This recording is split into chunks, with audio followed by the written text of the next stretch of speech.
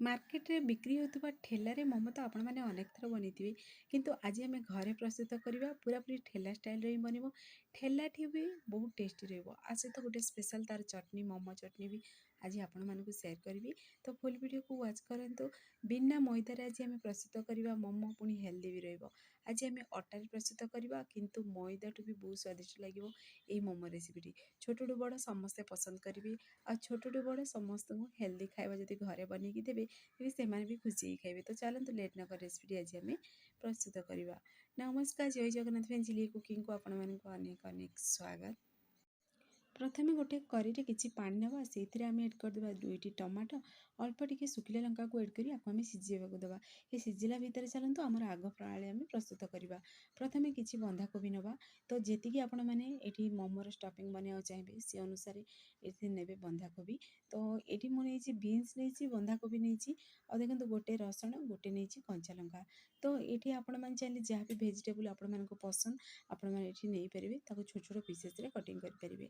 और जदि greater size great करिया भी चाहूँगी ताले भी करेंगे ना जदि विरक्त भी लगुच एमती कटिंग करने ताले टी बड़ साइज खंड करी मिक्सर जार एड कर रही जदि ग्राइंडिंग करेंगे ताहले भी देखिए पूरा ग्रेट कला भली ही से बन छोट छोट पीसेस रेडी हो। किंतु मुझे देखो हाथ साइज कटिंग कर सेम प्रोसेस रे सबूतक मुझे कटिंग करदेवी। तो देखो ये मुझे बीन्स पुणी बंधाकोबी कटिंग कर देछि आ गोटे पियाज भी चॉप करी कटिंग करछि रसुण भी कटिंग करदेली कंचा लंका भी। ताको मैं भी साइड रखीदबा। गोटे ये बाउल नवा से एड करदेवा आम गोटे गिना अटा स्वाद अनुसार देदेवा लुण। तो मुझे ये हेल्दी बनवाई अटार बनाऊँगी मोमो आपण मैंने चाहिए ये मैदार भी मोमो बनई पारे।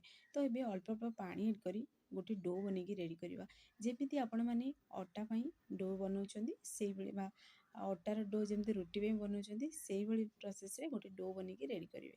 तो देखो ये डोटी आमर बन भी सारा। तो ये आपको आम साइड रखीदबा किसी समय टी रेस्ट में रखा से भर चलतु आम चेक करवा टमाटो पुणी आम सुखिला लंका सीझी कि नहीं। तो देखो ये परफेक्टली पूरा आम टमाटो भी सीझी तार ऊपर चोपाटा को आम बाहर करदे ए। तो ये देखो सुखिला लंकाटा भी परफेक्टली पूरा सीझी भी जाइए। तो जी आपण मैंने चटनी बनवाक चाहूँगी मोमो चटनी से अनुसार टमाटो और सुखिला लंका ने और जी राग खाइबा पसंद करती से अनुसार ये सुखिला लंका को सीझेबे। तो काश्मीर सुखिला लंका जब आप पाखे अच्छी ताहले भी जदि से अधिक राग न थाए तो आपण मैंने अधिका क्वांटिटी भी से सुखिला लंका सीझेकी भी बनई पारे। तो ये देखो मुझे राग जेहेतु नहीं सुखिला लंकाटा तो मुझे अल्प टिके क्वांटिटी नहीं आ दुईटी टमाटो नहीं टमाटो अनुसार सुखिला लंका ने पुणी थर गोटे जार ने से आम ये टमाटो 2 पीस को एड करदे और किसी सुखिला लंका भी एड करदे एड कर मिक्सर आम ग्राइंडिंग कर गोटे फाइन पेस्ट आम बनईकी रेडी करदे। तो देखो पेस्टा ये हवा दरकार। तो देखो केते बढ़िया पूरा कलर भी आसी जेहेतु आम सुखिला लंका सीझेकी बाटी तो से बहुत बढ़िया कलर भी आसी आ देखिए लाल टमाटो भी ने ना कलरटा भी बहुत बढ़िया आसो। तो पुणी थे कौन करेंगे ना गोटे आम ये करें नवा से आम एड करदे रिफाइन तेल जी तेल खाया पसंद करती से अनुसार तेल एड करेंगे। तापर कौन करेंगे ना ये आम जो कटिंग कर सब रखी थे प्रथम आम रसुण कंचा लंका को एड करवा। तो रसुण टे कंचा स्मेल गला पर्यंत आपको आम फ्राए करवा। तो देखो ये मुझे छोट छोट पूरा पीसेस कटिंग कर देछि। जदि आपण मैंने ये रसुण पीसेस एड करने को चाहूना ताले अदा रसुण पेस्ट गोटे चामच भी एड करें। तो रसुण कंचा लंका टी फ्राए हो सारा पर आम तो सब जहाँ भी वेजिटेबल कटिंग कर रखीचे जमीक आम बंधाकोबी नहीं बीन्स भी नहीं पुणी पियाज भी कटिंग होती से पियाज बंधाकोबी सबूतक एकाथरक आम से एड करदे एड करके आम पूरा आपको सीझा दबानी केवल जमीक पूरा हाई फ्लेम रे आम फ्राए करवा। और जमी से जेहेतु बंधाकोबी एड अच्छी टी पानी बाहर से पानीटा सुखिला पर्यंत आम आपको फ्राए करवा। तो अधिका ताको सीझेबेनी जदि अधिका सीझे देखिए खावा को ये स्वादिष्ट लगे जेहेतु आम आगू आपको मोमोरे पूरा भरिकी आपको सीझेबा से आम पूरा सीझेबा भी दरकार नहीं। तो केवल से आम देदेबा भी चलते स्वाद अनुसार लुण एड करदे और अल्प टिके टेस्ट को बढ़ाई मुझे सोया सॉस नहीं सोया सॉस फ्लेवर ये बहुत बढ़िया लगे। तो आपण मानू जब पसंद एड करेंगे ना स्किप भी करेंगे। तो देखो गोटे चामच मुझे सोया सॉस एड करदेली और स्वाद अनुसार देदेली लुण एवं कौन करें ना हाई फ्लेम रे आपको टिके मिक्स करी आपको टिके हमें फ्राए हो जमीक 20 to 30% पर्यंत टिके फ्राए हो। जेहेतु आम से लुण एड कले तो टिके बंधाकोबी पियाज सब टिके पानी छाड़ से पानीटा केवल सुखीज। तो देखो ये प्रोसेस रे फ्राए କରିବେ। ଆଉ ଟିକେ ଟେଷ୍ଟ ତାର ବଢ଼ିବା ପାଇଁ ଯେହେତୁ ଛୋଟ ଛୁଆମାନଙ୍କୁ ମ୍ୟାଗି ମସଲା ଫ୍ଲେଭର୍ ଭଲ ଲାଗେ, ତ ମୋ ପୁଅ ପାଇଁ ଯେହେତୁ ମୋ ଫେଭରେଟ୍ ତାର ମୋମୋ, ତ ମୁଁ ବନଉଛି। ସେ ବାହାରୁ ମୋମୋ କିଣି ଖାଇବାକୁ କହିଲା, ମୁଁ କହିଲି ମୁଁ ଘରେ ବନେଇଦେବି ମୋମୋ ଖାଇବୁ। ତ ଯେହେତୁ ମୁଁ ତା ପାଇଁ ମୋମୋ ବି ବନେଇଲି, ତ ଆପଣମାନଙ୍କୁ ଭାବିଲି ସେୟାର କରିଦେବି ବୋଲି। ତ ଆପଣମାନେ ବି ଛୁଆମାନଙ୍କୁ ଘରେ ମୋମୋ ବନେଇକି ଦିଅନ୍ତୁ, ହେଲ୍ଦି ବି ରହିବ, ବହୁତ ସ୍ୱାଦିଷ୍ଟ ଲାଗେ। ତ ଦେଖନ୍ତୁ ଏଠି ଆମର ଫ୍ରାଏ ବି ହେଇସାରିଲାଣି, ପୁରା 30ରୁ 40% ଫ୍ରାଏ ହେଇସାରିଛି। ତ ଏହି ସମୟରେ ଗ୍ୟାସ୍ ପେନ୍କୁ ଅଫ୍ କରି ତାକୁ ସାଇଡ଼୍ରେ ରଖିଦେବା। ପୁଣି ଥରେ ଆମେ ଏଠି ଆମେ ପେନ୍ ନେବା, ପେନ୍ ବି କରେଇ ଯାହା ବି ନେଇପାରିବେ। ପୁଣି ଥରେ ସେଇଥିରେ ଆମେ ଏଡ଼୍ କରିଦେବା ଅଳ୍ପ ଟିକେ ରିଫାଇନ୍ ତେଲ। ପୁଣି ଆଉ ଯେଉଁ ବାକି ରଖିଥିଲେ ଆମେ ରସୁଣକୁ ଛୋଟ ଛୋଟ ପିସେସ୍ରେ କଟିଂ କରି ସେଇ ରସୁଣକୁ ଏଡ଼୍ କରିଦେବା। ରସୁଣର କଞ୍ଚା ସ୍ମେଲ୍ ଗଲା ପର୍ଯ୍ୟନ୍ତ ଟିକେ ଫ୍ରାଏ କରିବା। ରସୁଣ ଦେଖନ୍ତୁ ଟିକେ କଲର୍ ଚେଞ୍ଜ ହେଇସାରିବା ପରେ ଆମେ ବାଟିକି ରଖିଥିଲେ ଟମାଟୋ ଶୁଖିଲା ଲଙ୍କାର ପେଷ୍ଟକୁ ଏଡ଼୍ କରିଦେବା। ଏଡ଼୍ କରିକି ଏହି ସମୟରେ ଆମେ ମିଡ଼ିୟମ୍ ଫ୍ଲେମ୍ରେ ଆକୁ ଟିକେ ଆମେ ବନେଇବାକୁ ଦେବା। ତାପରେ ସ୍ୱାଦ ଅନୁସାରେ ଦେଇଦେବା ଲୁଣ। ଲୁଣକୁ ଏଡ଼୍ କରିସାରିବା ପରେ ଆମେ ଟିକେ ମିକ୍ସ କରିବା। ତା ପୂର୍ବରୁ ଆମେ ଆଉ ଟିକେ କଲର୍, ଯେମିତିକି ମୁଁ ଏଥିରେ କାଶ୍ମୀର ରେଡ଼୍ ଚିଲି ଏଡ଼୍ କଲି। ଯେହେତୁ ରାଗ ପାଇଁ ମୁଁ ଏଥିରେ ଶୁଖିଲା ଲଙ୍କା ସିଝେଇଥିଲି, ତ ଯେମିତି କଲର୍ଟି ବି ବହୁତ ବଢ଼ିଆ ଆସିବ, ସେଇଥିପାଇଁ ମୁଁ 1 ଚାମଚ Kashmir red chilli powder add କରିଛି। ଆଉ ହାଫ୍ ଚାମଚ ଏଥିରେ ହଳଦୀ ଗୁଣ୍ଡ ଏଡ଼୍ କରିବି, ଭଲସେ ମିକ୍ସ କରିଦେବା। ଏଠି କାଶ୍ମୀର ରେଡ଼୍ ଚିଲିଟା ପୁରାପୁରି ଅପସନାଲ୍ ଅଛି। ଆଉ ଯେମିତି ରାଗ ଖଟାକୁ ସବୁ ଯେମିତି ବାଲାନ୍ସ କରିବ, ସେଥିପାଇଁ ଅଳ୍ପ ଟିକେ ମୁଁ ସେଥିରେ ଚିନି ଏଡ଼୍ କରିଛି। ଚିନି ବଦଳରେ ଆପଣମାନେ ସେଥିରେ 1 ଚାମଚ ଏଡ଼୍ କରିପାରିବେ ଟମାଟୋ କେଚପ୍। ତ ଏବେ ଆମେ ପୁଣି ଥରେ ଭଲସେ ଆକୁ ମିକ୍ସ କରିଦେବା। ଏମିତି ଆପଣମାନେ ଘରେ ତିଆରି କରନ୍ତୁ, ଦେଖିବେ ମୋମୋ ଚଟନି ବହୁତ ସ୍ୱାଦିଷ୍ଟ ଲାଗିବ। ଆର ଫ୍ଲେଭର୍ ବି ବହୁତ ବଢ଼ିଆ ଥିଲା। ତ ଏଇ ତରିକାରେ ନିହାତି ଘରେ ଥରେ ଟ୍ରାଏ କରନ୍ତୁ। ମାର୍କେଟରୁ ବି ଦେଖିବେ ମୋମୋ ଚଟନି ଘରେ ବହୁତ ସ୍ୱାଦିଷ୍ଟ ବନେ, ଆଉ ପୁରାପୁରି ଇଜି ପ୍ରୋସେସ୍ରେ ବନେଇକି ରେଡ଼ି ହେଇଯିବ। ଅଧିକା ଟାଇମ୍ ବି ଲାଗିବନି, ଆଉ ଖାଇବାକୁ ବି ବହୁତ ସ୍ୱାଦିଷ୍ଟ ଲାଗେ। ଆପଣମାନେ ଏଇ ଚଟନିକୁ 1 ସପ୍ତାହ ପର୍ଯ୍ୟନ୍ତ ଫ୍ରିଜ୍ରେ ରଖିପାରିବେ। ତ ପୁଣି ଥରେ ଦେଖନ୍ତୁ, ଗୋଟେ ଏଠି ମୁଁ କରେଇ ନେଇଛି। ତ ଚଟନି ବନି ସାରିବା ପରେ ସାଇଡ଼୍ରେ ରଖିଦେବା। ଏଠି ଗୋଟେ କରେଇ ନେବା, ସେଥିରେ ପାଣି ଦେଇକରି ଗୋଟେ ଷ୍ଟ୍ରେନର୍ ରଖିଦେବା। କିଛି ସମୟ ଗରମ ହେବାକୁ ଦେବା। ସେଥି ଭିତରେ ଚାଲନ୍ତୁ ଆମର ଆଗ ପ୍ରଣାଳୀ ଆମେ ପ୍ରସ୍ତୁତ କରିବା। ଦେଖନ୍ତୁ ଅଟାକୁ ଯେହେତୁ ଆମେ ରେଷ୍ଟ ପାଇଁ ରଖିଥିଲେ, ଅଟାଟା ଏଠି ଆମର ପରଫେକ୍ଟଲି ପୁରା ମାନେ ସଫ୍ଟ ହେଇସାରିଛି। ଆଉ ଦେଖନ୍ତୁ ଆକୁ ଆମେ ଛୋଟ ଛୋଟ ଏବେ ବଲ୍ସ ବନେଇଦେବା। ଯେତିକି ବଡ଼ ସାଇଜ୍ରେ ଆପଣମାନେ ମୋମୋ ବନେଇବାକୁ ଚାହିଁବେ, ସେ ଅନୁସାରେ ଏଠି ସାଇଜ୍ ଆପଣମାନେ ଏଇଭଳି ପ୍ରୋସେସ୍ରେ ଦେଖନ୍ତୁ ଅଟାର ପୋଷଣକୁ ପୁରା ଖଣ୍ଡ କରି ରଖି ବଲ୍ସ ବନେଇଦେବେ। ତ ଆପଣମାନେ ଜାଣିଥିବେ, ଦେଖିବେ ଯଦି ମଇଦାରେ ବନାଉଛନ୍ତି ତାହେଲେ ଦେଖିବେ ମୋମୋଟା ପତଲା ରହିବ, ଆଉ ଖାଇବାକୁ ବି ଟେଷ୍ଟି ବି ଲାଗେ। ଆଉ କିନ୍ତୁ ଅଟାରେ ବି ବହୁତ ସ୍ୱାଦିଷ୍ଟ ଲାଗେ, ମାନେ ମଇଦାଠୁ ଅଟାରେ ବହୁତ ଟେଷ୍ଟି ଲାଗେ ମୋମୋଟା। କିନ୍ତୁ ଦେଖିବେ ଅଟାରେ ଯଦି ବନାଉଛନ୍ତି ତାହେଲେ ଅଧିକ ବହଳିଆ କରିବେନି, ମାନେ ଯେମିତିକି ରୁଟି ପାଇଁ ଆପଣମାନେ ଅଟା ବେଲୁଛନ୍ତି ସେଇଭଳି ପ୍ରୋସେସ୍ରେ ହିଁ ବେଲିବେ। ଯେତିକି ରୁଟି ପାଇଁ ମୋଟା ରଖୁଛନ୍ତି ସେଇଭଳି ପ୍ରୋସେସ୍ ରଖିବେ। ଅଧିକା ଯଦି ବହଳିଆ ବନେଇବା, ମୋଟା ରଖିବେ ନା ବେଲିବା ସମୟରେ, ତ ଦେଖନ୍ତୁ ଏଇଭଳି ଯେଉଁ ପୁରୀ ଭଳି ଆମେ ଯେଉଁ ବେଲିବା, ତାକୁ ଟିକେ ପତଲା ହିଁ ରଖିବେ, ତ ଖାଇବାକୁ ବହୁତ ସ୍ୱାଦିଷ୍ଟ ଲାଗିବ। ଟିକେ ଯଦି ମୋଟା ରଖିବେ, ଦେଖିବେ ସିଝିବାକୁ ଟିକେ ଟାଇମ୍ ଲାଗିବ, ପୁଣି ଏତେ ସ୍ୱାଦିଷ୍ଟ ଲାଗେନି ମୋଟା ଯଦି ରହିବ ତାର ଉପର କୋଟିଂଟା ଅଟାର। ତ ସେଇଥିପାଇଁ ମୁଁ ଟିକେ ପତଲା ବନେଇଛି। ଦେଖନ୍ତୁ ଏଭଳି ପ୍ରୋସେସ୍ରେ ପୁରୀ ବେଲିଲା ଭଳି ବେଲି ଦେବେ। ତ ସେମ୍ ପ୍ରୋସେସ୍ରେ ଚାଲନ୍ତୁ, ଏବେ 4ଟା ଯାକ ବଲ୍ସ ଆମେ ବେଲିକି ରେଡ଼ି କରିଦେବା। ଫ୍ରେଣ୍ଡସ୍, ଆପଣମାନେ ଯଦି এই ଭିଡ଼ିଓଟି ମୋର ପସନ୍ଦ ଆସିବ, ସାଙ୍ଗମାନଙ୍କୁ ସେୟାର କରନ୍ତୁ, ଲାଇକ୍ କରନ୍ତୁ। ଚ୍ୟାନେଲରେ ଯଦି ନୂଆ ଅଛନ୍ତି, ଚ୍ୟାନେଲକୁ ମୋର ସବସ୍କ୍ରାଇବ୍ କରିଦିଅନ୍ତୁ, ବେଲ୍ ଆଇକନ୍କୁ କ୍ଲିକ୍ କରିଦିଅନ୍ତୁ, ଯାହାଫଳରେ ମୋର ସବୁ ଭିଡ଼ିଓ ନୋଟିଫିକେସନ୍ ପ୍ରଥମେ ଆପଣମାନଙ୍କୁ ପହଞ୍ଚିବ। ମୁଁ ଏମିତି ଇଜି ଇଜି ଭିଡ଼ିଓ ନେଇ ଆସିବି, ଆପଣମାନେ ଦେଖିକି ଘରେ ନିଶ୍ଚୟ ଟ୍ରାଏ କରନ୍ତୁ। ଆଉ ଯଦି ଫେସବୁକ୍ ପେଜ୍ରେ ଦେଖୁଛନ୍ତି, ତାହେଲେ ଫେସବୁକ୍ ପେଜ୍ ମୋର ଫଲୋ କରନ୍ତୁ। ଇନଷ୍ଟାଗ୍ରାମରେ ଦେଖୁଥିଲେ ନା, ଫଲୋ କରିବାକୁ ଜମାରୁ ଭୁଲନ୍ତୁନି। ତ ଦେଖନ୍ତୁ ଫାଇନାଲି ମୁଁ ସବୁତକ ଏଠି ବେଲିକି ରେଡ଼ି ବି କରିସାରିଲିଣି। ତ ଏବେ ଚାଲନ୍ତୁ ଆମେ ତାକୁ ଏବେ ଡିଜାଇନ୍ ଦେବା। ତ ଆପଣମାନଙ୍କୁ ଦେଖନ୍ତୁ ମୁଁ ପୁରାପୁରି ଇଜି ଡିଜାଇନ୍ଟା ଦେଖାଉଛି ମୋମୋ ପେକ୍ କରିବାର। ତ ଆପଣମାନଙ୍କୁ କେମିତି କ'ଣ ଡିଜାଇନ୍ ଆସୁଛି, ଆଉ ମୋ ସହିତ ଆପଣମାନେ ସେୟାର କରିପାରିବେ। କମେଣ୍ଟ ବକ୍ସରେ ମୋତେ କମେଣ୍ଟ କରନ୍ତୁ, ଏଇ ପ୍ରୋସେସ୍ଟା ଆପଣମାନଙ୍କୁ ଇଜି ଲାଗିଲା କି ନାହିଁ।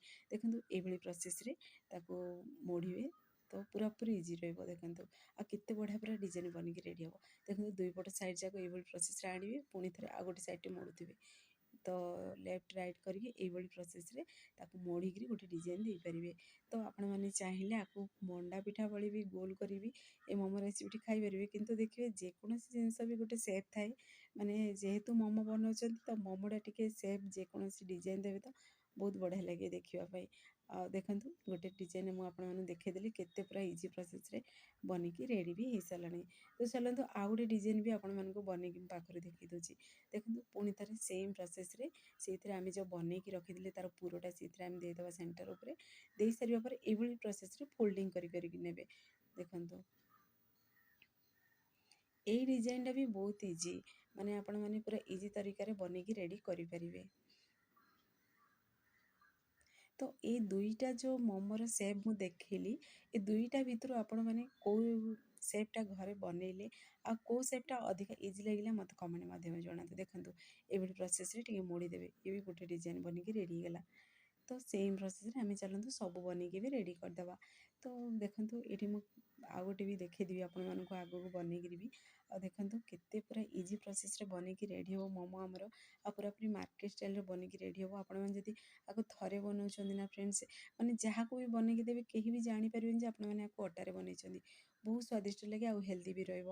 ଛୋଟ ଛୁଆମାନଙ୍କ ପାଇଁ ଯଦି ଆପଣମାନେ ଯେହେତୁ ସକାଳର ବ୍ୟସ୍ତତା ଭିତରେ ଯଦି କିଛି ବନେଇ ପାରୁନାହାନ୍ତି, ଏଭଳି ପ୍ରୋସେସ୍ରେ ରାତିରେ କି ସନ୍ଧ୍ୟାରେ ଯଦି ଏଭଳି ପ୍ରୋସେସ୍ରେ ବନେଇକି ଯଦି ମୋମୋ ରଖିଦେବେ, ଯେହେତୁ ଭେଜିଟେବଲ୍ ବି ଭରପୁର ରହିବ, ପୁଣି ଅଟାରେ ବି ବନେଇକି ରେଡ଼ି ହେବ।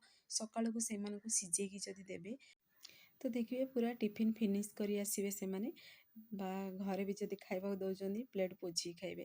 ତ ଦେଖନ୍ତୁ କେତେ ବଢ଼ିଆ ଆମର ଡିଜାଇନ୍ ବନିକି ରେଡ଼ି ହେଲା, ବହୁତ ସୁନ୍ଦର ବି ଦେଖାହେଉଥିଲା ଆଉ ମୋତେ ପୁରାପୁରି ଇଜି ଲାଗୁଥିଲା ଏଇ ଡିଜାଇନ୍ଟି।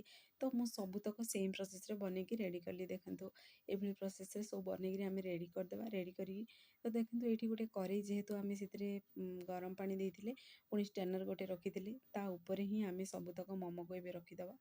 ତ ଏଇ ପ୍ରୋସେସ୍ରେ ଆପଣମାନେ ଥରେ ଟ୍ରାଏ କରନ୍ତୁ। ଇଡ଼ଲି ହାଣ୍ଡିରେ ବି ଆକୁ ସିଝେଇ ପାରିବେ ମୋମୋକୁ, କିନ୍ତୁ ତା ଉପରେ ରହିଲା ମାନେ ସେ ପୁରା ମାନେ ପରସ୍ପର ଭିତରେ ଯେହେତୁ ଅଟାଟା ତ ଚିପକିଯିବ ବୋଲି ମୁଁ ଏଇଭଳି ଷ୍ଟ୍ରେନର୍ ଗୋଟେ ରଖିଛି, ଯେମିତି ଗୋଟେ ଗୋଟେ ପିସ୍ ରହିବ ତ ସିଝିଯିବ ବି ଜଲ୍ଦି। ତ ଦେଖନ୍ତୁ କେତେ ବଢ଼ିଆ ଆମର ବନିକି ରେଡ଼ି ହେଇଛି, ଆଉ ପୁରାପୁରି ଆମେ ଅଟାରେ ବନେଇଛନ୍ତି ବୋଲି କେହି ବି ଜାଣିପାରିବେନି, ବହୁତ ସ୍ୱାଦିଷ୍ଟ ଥିଲା। ଫ୍ରେଣ୍ଡସ୍, ଆପଣମାନେ ନିହାତି ଆକୁ ଟ୍ରାଏ କରନ୍ତୁ, ଆପଣମାନଙ୍କର ଅନୁଭୂତି ମୋ ସହିତ ସେୟାର କରନ୍ତୁ। ଆଉ କେଉଁ ଜିଲ୍ଲାରୁ ଦେଖୁଛନ୍ତି ମୋତେ ନିଶ୍ଚୟ କମେଣ୍ଟ ମାଧ୍ୟମରେ ଜଣାନ୍ତୁ। ମୋତେ ବି ଖୁସି ଲାଗିବ ମୋ ଭିଡ଼ିଓ କେତେ ପର୍ଯ୍ୟନ୍ତ ପହଞ୍ଚୁଛି। ତ ଦେଖନ୍ତୁ ଏଇଠି ମୁଁ ସବୁତକ ରଖିଥିଲି ମୋମୋକୁ ତା ଉପରେ ଷ୍ଟ୍ରେନର୍ ଉପରେ ରଖିସାରିବା ପରେ ଆମେ ସେଥିରେ ଅଳ୍ପ ଟିକେ ତା ଉପରେ ମସଲା ଆଡ଼୍ କରିବା। ଏଇଠି ପୁରାପୁରି ଅପସନାଲ୍ ଅଛି ମସଲାଟା, ଯେମିତି ସୁନ୍ଦର ଦେଖାଯିବ ଆଉ ଟେଷ୍ଟକୁ ଟିକେ ବଢ଼ାଇବା ପାଇଁ ବୋଲି ମୁଁ ଅଳ୍ପ ଟିକେ ମ୍ୟାଗି ମସଲା ଆଉ ସେଇଥିରେ ପୁଣି ଲଙ୍କାଗୁଣ୍ଡ ଅଳ୍ପ ଟିକେ ତା ଉପରେ ଏଡ଼୍ କରିଛି, ଯେମିତି ସୁନ୍ଦର ଦେଖାଯିବ ଆଉ ଖାଇବା ବି ସୁଆଦିଆ ଲାଗିବ। ତ ଏବେ କ'ଣ କରିବା ନା ଆମେ କଭର୍କୁ ଟିକେ ବନ୍ଦ କରିଦେବା, 10 ମିନିଟ୍ ପର୍ଯ୍ୟନ୍ତ ଟିକେ ବନିବାକୁ ଦେବା। 10 ମିନିଟ୍ ପରେ ଚାଲନ୍ତୁ ଆମେ କଭର୍କୁ ଏବେ ଖୋଲିବା, କେମିତି କ'ଣ ବନିଛି ଦେଖିବା। ଯେହେତୁ ଅଟା ମୋମୋଟା, ତ ଦେଖନ୍ତୁ କେତେ ବଢ଼ିଆ ପୁରା ବନିକି ରେଡ଼ି ହେଇଛି। ଦେଖିବା, ମୁଁ ଦେଖୁ ମୋତେ ବହୁତ ଖୁସି ଲାଗିଲା, ଯେହେତୁ ବହୁତ ସୁନ୍ଦର ବି ଦେଖାହେଉଥିଲା ଆଉ ଖାଇବା ବି ବହୁତ ଟେଷ୍ଟି ଥିଲା। ଯେହେତୁ ଆମେ ସେଥିରେ ରସୁଣର ଫ୍ଲେଭର୍ ବି ଅଛି, ଯେହେତୁ ଛୋଟ ଛୋଟ ପିସେସ୍ରେ କଟିଂ କରି ରସୁଣ ବି ଏଡ଼୍ କରିଥିଲେ, ପୁଣି ସେଥିରେ ସୋୟା ସସ୍ ବି ଏଡ଼୍ ଅଛି ଆଉ ମ୍ୟାଗି ମସଲା ଏଡ଼୍ ଅଛି, ବହୁତ ସ୍ୱାଦିଷ୍ଟ ଥିଲା। ତା ସହିତ ସ୍ପେଶାଲ୍ ଚଟନି ବି ଆମେ ବନେଇଛନ୍ତି। ତ ଦେଖନ୍ତୁ ମୁଁ ତାକୁ କରେଇରୁ ବାହାର କରିଦେଲି, ତ ଟିକେ ହାଲକା ଥଣ୍ଡା ହେଲା ପରେ ମୁଁ ଗୋଟେ ପ୍ଲେଟ୍କୁ ବାହାର କରିଛି। ଫିର୍ ବି ଏବେ ବି ଗରମ ବହୁତ ଅଛି, କିନ୍ତୁ ହାଲକା ଥଣ୍ଡା ଅଛି। ତ ପୁରା ଇଜି ପ୍ରୋସେସ୍ରେ ବି ସେ ଷ୍ଟ୍ରେନର୍ରୁ ବି ବାହାରି ପଡ଼ିଲା, ତ ଜମାରୁ ବି ଚିପକିଲାନି। ଆଉ କେହି ବି ମୁଁ ଘରେ ବନେଇକି ଯେହେତୁ ଦେଲି ପୁଅକୁ, ହଜବେଣ୍ଡକୁ ଦେଲି ବି, ସେଇମାନେ ବି କହିଲେ ଯେ ମାନେ ଜଣା ହିଁ ପଡ଼ୁନି ଯେ ଇଏ ଅଟାରେ ବନିଛି। ବହୁତ ଟେଷ୍ଟି ବି ଥିଲା। ତ ଆପଣମାନେ ଆକୁ ନିହାତି ଘରେ ଟ୍ରାଏ କରନ୍ତୁ। ତ ଦେଖନ୍ତୁ ଏଠି ଗୋଟେ ମୁଁ ପ୍ଲେଟ୍ ନେଇଛି, ସେଇ ପ୍ଲେଟ୍ରେ ମୁଁ ମୋମୋକୁ ସଜାଉଛି ଆଉ ଦେଖିବା ବି ବହୁତ ସୁନ୍ଦର ଲାଗୁଥିଲା। ଏ ପ୍ଲେଟ୍ଟା ସହିତ ମୋମୋକୁ ସଜେଇଲା ପରେ ପୁଣି ଥରେ ଦେଖନ୍ତୁ ଆଉ ବାକି ମୋମୋକୁ ଗୋଟେ ପ୍ଲେଟ୍ରେ ରଖିଲି। ତା ସହିତ ଦେଖନ୍ତୁ ଆପଣମାନଙ୍କୁ ପାଖରୁ ବି ଦେଖାଉଛି କେତେ ବଢ଼ିଆ ଭାବରେ ଆମର ଚଟନିଟା ବନିକି ରେଡ଼ି ହେଇଛି। ଏଇ ଚଟନିକୁ ଯଦି ଆପଣମାନେ ବନେଇ ଦେଉଛନ୍ତି ଥରେ, ଗୋଟେ ସପ୍ତାହ ପର୍ଯ୍ୟନ୍ତ ଆକୁ ଫ୍ରିଜ୍ରେ ଯଦି ରଖିକି ଖାଇବେ ତ ବିଲକୁଲ ବି ଖରାପ ହେବନି ଆଉ ଖାଇବା ବି ବହୁତ ସ୍ୱାଦିଆ ଲାଗିବ। ଆପଣମାନେ ୟାକୁ ଇଡ଼ଲି ସହିତ ଖାଇପାରିବେ, ଆଉ ଏମିତିରେ ବି ଚକୁଳି ସହିତ ବି ଖାଇପାରିବେ, ରୁଟି ସହିତ ବି ଖାଇପାରିବେ, ବରା ସିଙ୍ଗଡ଼ା ଯେଉଁଥିରେ ବି ଖାଇବେ ନା ଦେଖିବେ ଡବଲ୍ ସ୍ୱାଦ ଆସିବ।